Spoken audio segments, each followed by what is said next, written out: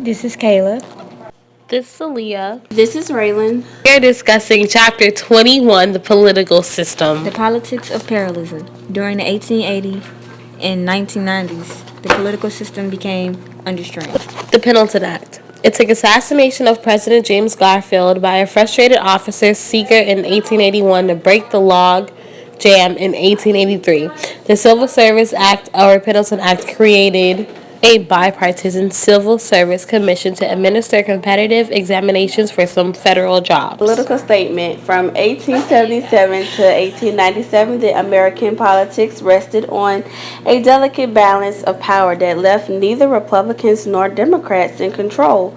Republicans inhabited the White House for 12 years, Democrats for 8 years, minorities of victory. The presidential elections were paper thin. No president could count on having a majority of his party in both houses of Congress for his entire Okay, guys, term. so now we're going to talk about money issues. Gold, silver, and greenbacks. The 19th century currency was redeemable in both gold and silver. The need for more money during the Civil War had led Congress to issue greenbacks. The fear of inflation led Congress first to reduce the number of greenbacks and then in 1879 to make all remaining paper money convertible into gold. Time of 73.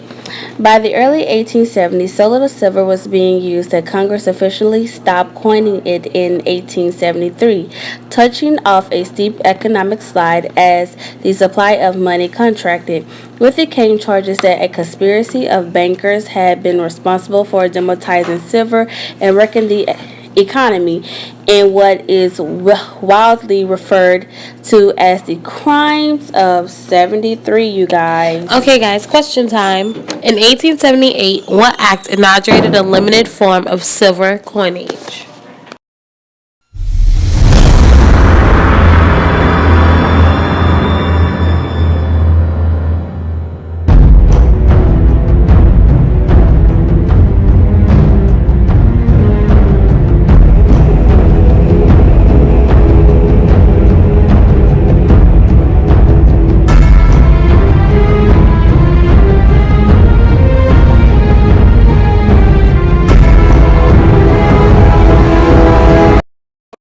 Time's up. The answer is the Bland-Allison Act.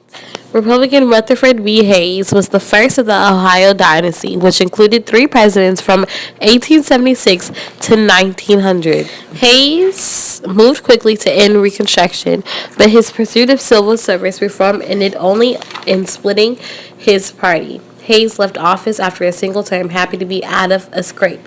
In 1880, Republican James Garfield, another Ohioan, spent his 100 days in the White House, resigned by office. After Garfield got assassinated 6 months within his term, Chester A. Arthur became the president. He also broke the political machines and worked to lower the tariff, warmly endorsed the new Civil Service Act, and reduced the federal surplus by beginning construction. The revolt of the farmers. In the beginning of the 1880s, a sharp depression drove down agricultural prices and forced thousands from the origins of the Farmers Alliance. In the South, many poor farmers seemed condemned forever to hard times. Credit lay at the root of their problems because most Southern farmers had to borrow money to plant and harvest their crops. Life on the farm was harsh, drab, and isolated. Such conditions shocked Oliver Hudson Kelley as he traveled across the South after the Civil War. The Battle of Standards. Silverties campaigned for free and independent coinage of silver. They controlled the Democratic National Convention from the start. They paraded with silver banners, wore silver buttons, and wrote a plank into the platform calling for free and unlimited coinage Democrats of the metal. Controlled little but the South, and the populace vanished, but not before leaving a compound legacy as catalyst for political realignment, a cry for federal action from the South and the West, and a prelude to a new age of reform.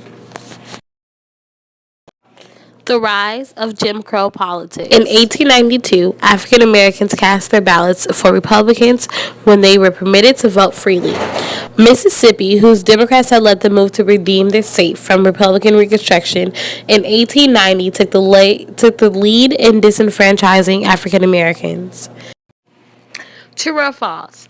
Ida B. Wells helped the National Association of Colored Women in 1896.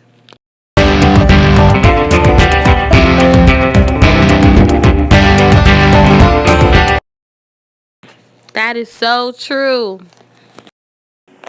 And now, presenting to you some wonderful facts, Mr. Thomas Williams.